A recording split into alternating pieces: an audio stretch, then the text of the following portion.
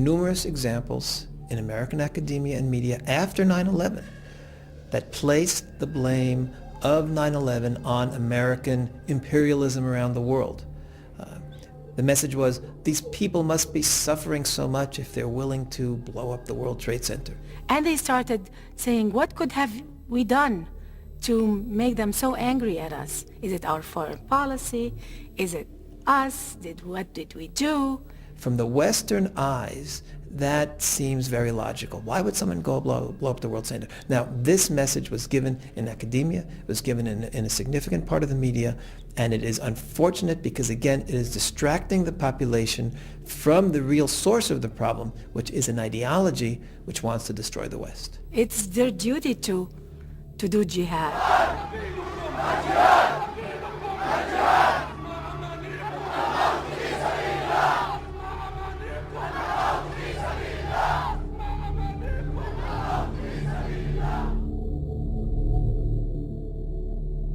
This clip was broadcast on Palestinian TV the day after London suffered 4 suicide terror attacks.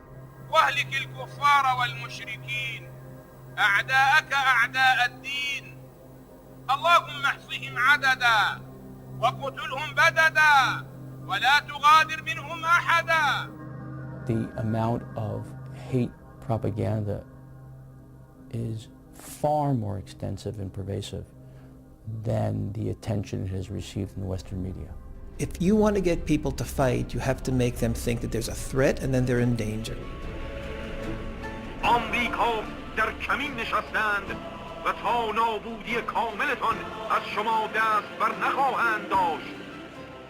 سریعاً قیام کنید که جهان ایمن از صیاد نیست.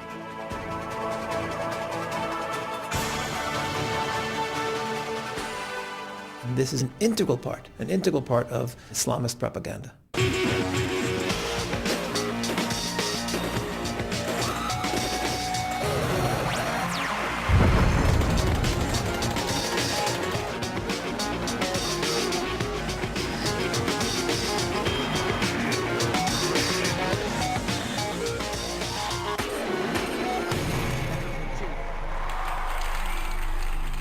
It recruits a lot of terrorists. That's the purpose of the Islamists' propaganda, is to make the people angry, hateful against the West, to be willing to fight them.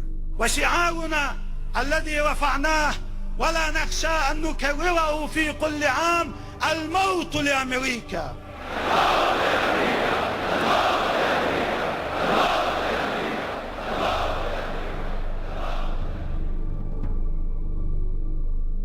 In a television interview, an Arab intellectual admits that there is a distinct connection between propaganda and terrorism.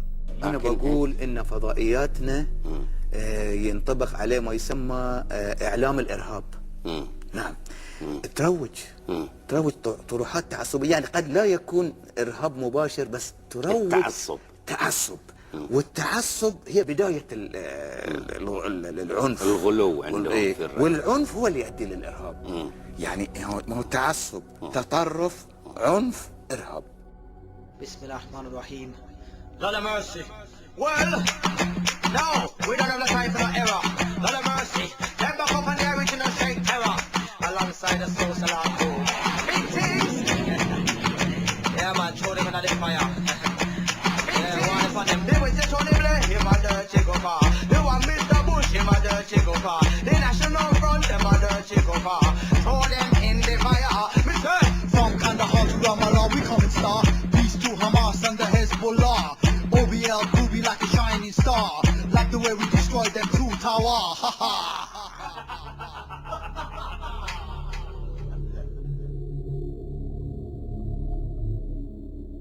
On 9/11, with the destruction of the World Trade Center, there was a general response in the Muslim world of delight. With the Palestinians perhaps the most extravagant.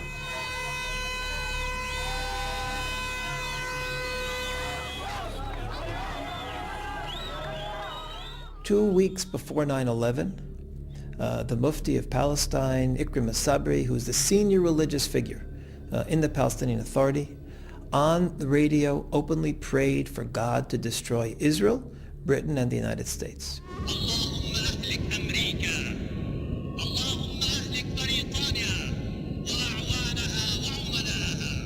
When you hear the same message over and over and over again, ضربة ربانية ستكون لأمريكا ولإسرائيل عن قريب. it becomes part of the way you see the world. وسوف يفرح المؤمنون بنصر الله.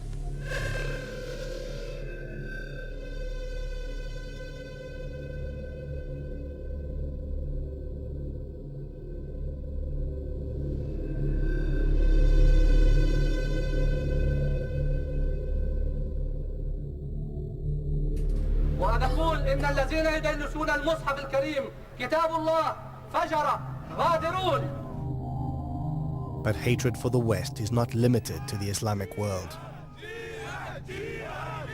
Radical Islam has for years been spreading its ideology in the West.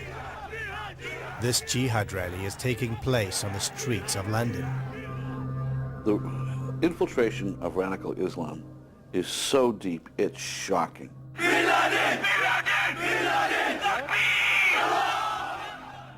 And everyone's in denial about it. The minute you say, oh, this is an extremist group, you know, all of a sudden it's, oh, you're not being politically correct. You have Al-Muhajirun, who's an open-fledged terrorist entity, speaking out on the streets, calling for Muslims to jihad against Britain. UK, USA! UK, USA! Bomb USA! Bomb USA! Bomb UK! Bomb UK! UK, USA! UK, USA! We've been infiltrated by people who want the Quran to replace our constitution. أنا رحت سنة 95 لقيت خطب بتقول إن هم منطلقين للبيت الأبيض خلاص من المساجد من بعض المساجد. يعني إيه منطلقين للبيت الأبيض؟ يعني كان واحد بيقول في خطبته إن إحنا ذاهبون دلوقتي إلى البيت الأبيض علشان إن شاء الله ينتصر الإسلام ويتحول البيت الأبيض إلى البيت المسلم.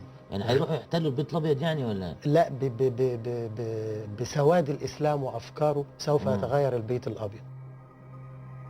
Hamas has the largest infrastructure of all terrorist organizations on American soil today. They are not trying to be part of the American way of life. They are not trying to be part of our culture.